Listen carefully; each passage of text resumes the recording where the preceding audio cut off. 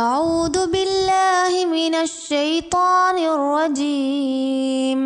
சபிக்கப்பட்ட ஷைத்தானை விட்டு அல்லாஹ்விடம் நான் பாதுகாப்பு தேடுகின்றேன்.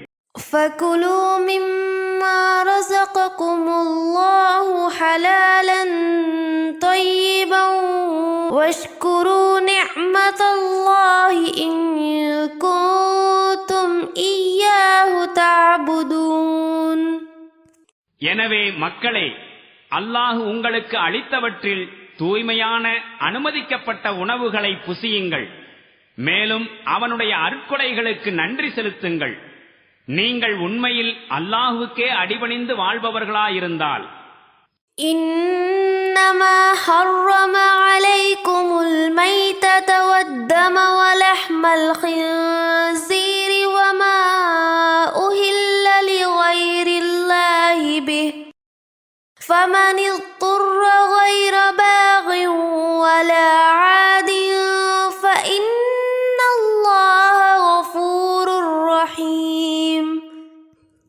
செத்த பிராணி, இரத்தம், பன்றி இறைச்சி மற்றும் அல்லாஹ்வை தவிர மற்றவற்றின் பெயர் கூறி அறுக்கப்பட்ட பிராணி ஆகியவற்றைத்தான் அல்லாஹ் உங்களுக்கு தடை செய்துள்ளான்.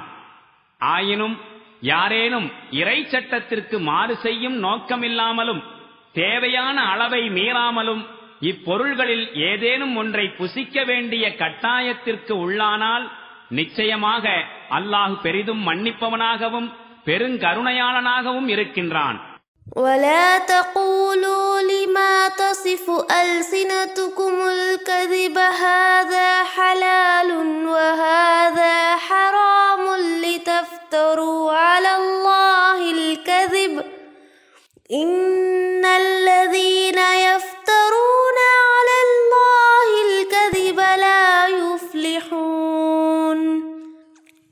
உங்கள் நாவுகள் இன்ன பொருள் ஹலால் அனுமதிக்கப்பட்டது, இன்ன பொருள் ஹராம் தடுக்கப்பட்டது என்று பொய்ச் சட்டங்களை கூறுவது போன்று அல்லாஹ்வின் மீதும் பொய்களை ஏற்றிச் சொல்லாதீர்கள்.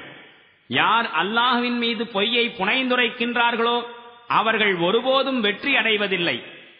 متاع قليل ولهم عذاب أليم. இவ்வுலக வாழ்வின் இன்பமோ சொற்ப நாட்கள்தான், இறுதியில் அவர்களுக்கு துன்புறுத்தும் தண்டனை இருக்கிறது.